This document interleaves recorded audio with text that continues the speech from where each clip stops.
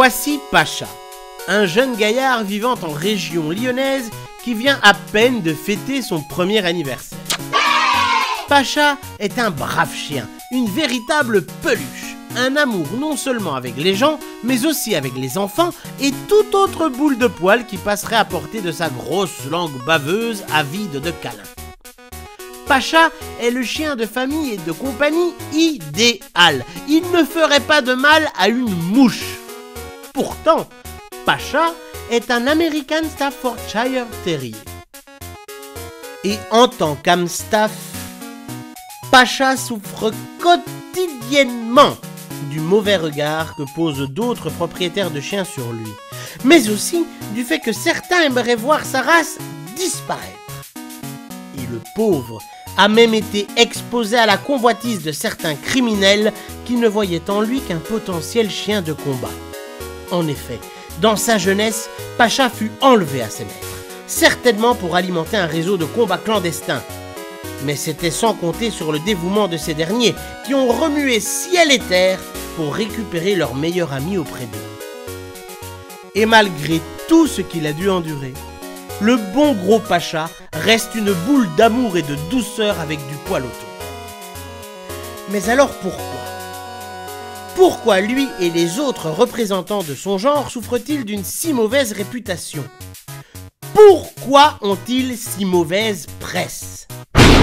Les médias font chou gras sur le dos de ces races, braquent leurs projecteurs sur le moindre cas de morsure qui en implique une. Et l'affaire Curtis Pilarski n'a rien arrangé à cela. Cependant, on devrait se poser la question. Au nom de quoi Pacha et ses amis souffrent-ils tant de cette image de tueur qui leur colle à la peau ? Ne sont-ce là que de pures croyances ou y aurait-il un fond de vérité ? Afin de le savoir, nous allons plonger ensemble au cœur de l'histoire de la race de l'American Staffordshire Terrier. Nous y découvrirons ses ancêtres, leur évolution, mais aussi les déviances auxquelles certaines crapules soumettent encore aujourd'hui ces pauvres chiens. Ainsi, nous comprendrons comment, au cours de l'histoire, nous sommes passés de chiens créés pour tuer à de grosses peluches comme notre petit patapouf musclé de Pacha. Mais avant cela, n'hésitez pas à nous soutenir en mettant un pouce bleu, en partageant la vidéo et surtout en vous abonnant si ce n'est pas encore fait. C'est important pour nous de savoir que notre travail vous plaît et n'est pas réalisé pour rien. Notre histoire commence il y a bien longtemps. Très longtemps d'ailleurs. Au Paléolithique supérieur pour être plus précis. C'est vous dire que ça ne date pas de hier. Il y a 3,3 millions d'années. C'est en ces temps anciens et reculés que les chasseurs-cueilleurs et les loups ont commencé à se rapprocher, à collaborer, afin de donner naissance à la première histoire de domestication de l'humanité, qui mènera par la suite à la plus belle des relations d'amitié et de complicité encore connues à ce jour, celle des hommes et de leurs chiens. Petit à petit, grâce à leurs travaux d'élevage, à la sélection génétique, les hommes ont créé des races de chiens aussi diverses que variées, chacune ayant leur propre spécificité, certaines gardant les troupeaux, d'autres les accompagnant à la chasse, ou même encore à la guerre, alors que certains, eux, étaient simplement choisis pour tenir compagnie aux grands de ce monde. Ce n'est pas pour rien si nos amis canins sont considérés comme étant nos meilleurs amis. Pourtant, si certains représentants de la gente canine peuvent parfois se montrer agressifs, cela est surtout une caractéristique propre à l'espèce humaine. En effet, de tout temps, ces derniers ont exploité les animaux, afin d'assouvir une soif de spectacles barbares et sanguinaires, que ce soit à l'époque même de la préhistoire, ou encore aujourd'hui au cœur des arènes de corrida. Et parmi ces pratiques, les combats impliquant des chiens. C'est ainsi que déjà à Rome, durant l'Antiquité, on faisait combattre des chiens contre de gros animaux, comme des ours ou des lions. Ces affrontements se tenaient entre deux combats de gladiateurs dans les grandes arènes comme le Colisée, de manière à varier les plaisirs des spectateurs. Ces animaux n'avaient bien évidemment rien demandé à personne, mais comme le disait déjà l'adage à cette époque, panem et circenses. Littéralement, des jeux et du pain.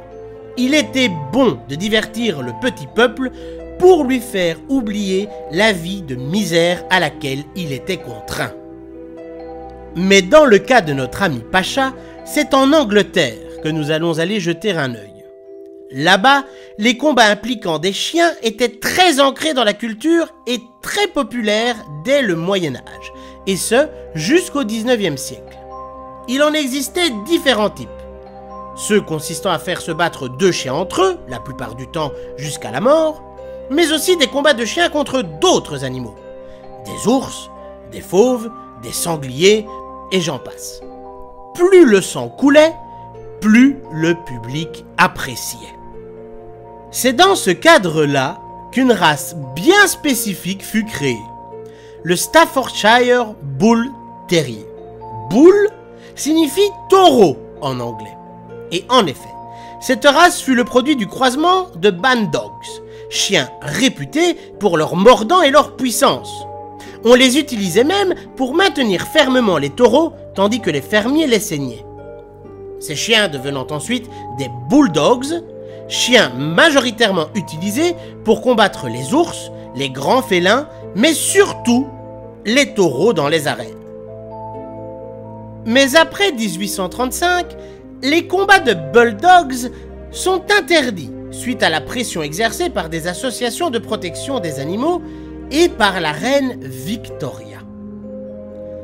Mais le peuple a des conditions de vie déplorables au XIXe siècle et se décide à remettre à la mode les bullfighting de manière illégale et clandestine. Seulement voilà, les bulldogs de l'époque, bien qu'ayant conservé leur mordant extraordinaire, ne sont plus assez rapides ni endurants aux yeux des spectateurs qu'ils sont censés divertir. On les croise alors avec des chiens plus petits qui participaient à des combats contre des rats dans des fosses. Fosses se disant pit en anglais. Ces chiens, bien que d'un gabarit plus modeste, se montraient plus agiles, plus rapides et surtout plus agressifs. Caractéristique indispensable pour lutter contre des rats affamés et dangereux.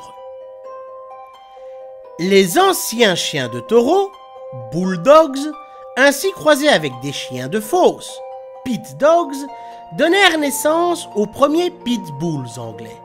Pitbull. Ce n'était pas là une race, mais simplement des bâtards choisis et croisés entre eux pour leurs aptitudes au combat. C'est dans la région du Staffordshire que commença une véritable sélection d'élevage de ces chiens. En effet, ils sont les chiens idéaux pour l'époque, puisque malgré leur détermination au combat et leur force, ils demeurent extrêmement proches de leur maître et de leur famille. La race se démocratise alors au-delà des parieurs et bientôt est organisée par et chez un certain Joe Dunn une première exposition du Staffordshire Bull Terrier au Old Cross Gun. Un standard y est alors défini et c'est le 15 juin 1935 que la race sera homologuée par le Kennel Club.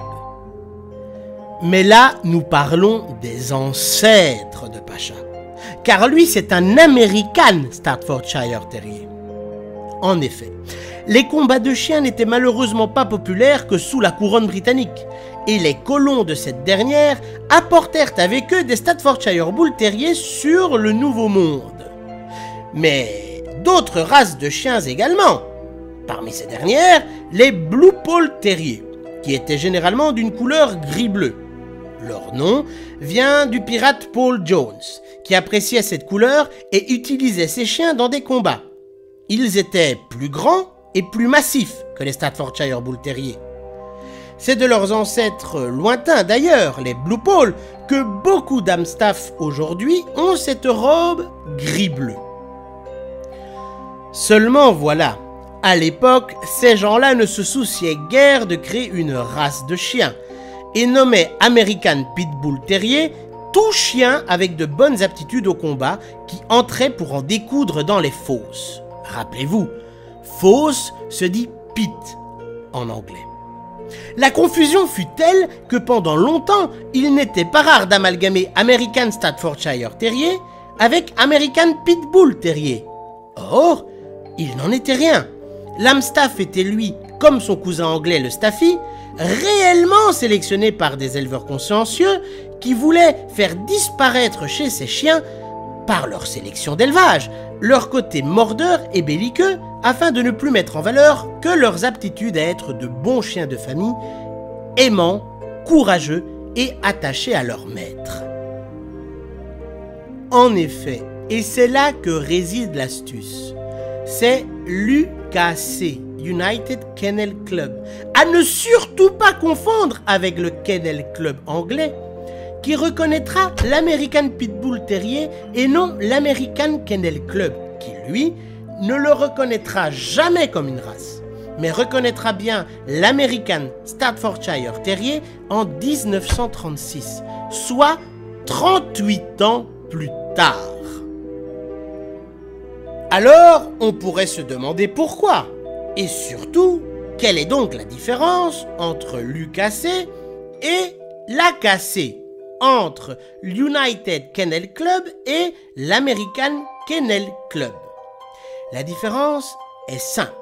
L'American Kennel Club, comme la FCI, Fédération Cynophile Internationale, sont des organismes à but non lucratif, dont seuls les élevages et clubs reconnus peuvent être membres et prétendent à la reconnaissance de leurs chiens ainsi que de leur race. L'UKC, elle, fondée en 1898 aux États-Unis, est une société à but lucratif, ouverte aux particuliers, fondée à l'origine dans le but d'organiser des pédigrés pour les chiens de combat de fosse. Aujourd'hui, l'UKC tient un registre de plus de 300 races, y compris plusieurs races de chiens intimidateurs que l'American Kennel Club, le Kennel Club et la FCI refusent de reconnaître, tels que l'American Bulldog, l'American Bully et l'American Pitbull Terrier, qu'il ne faut pas confondre avec l'American Staffordshire Terrier. Mais loin d'être idiots, et afin de faire circuler leurs chiens plus librement, l'UKC est arrivé bon gré mal gré à faire passer auprès de certaines autorités et de la population l'American Pitbull Terrier pour l'appellation donnée aux American Staffordshire Terrier sélectionnés uniquement pour le travail. Aux grandes dames des véritables éleveurs d'American Staffordshire Terrier qui refusent que l'on associe leurs chiens au pitbull.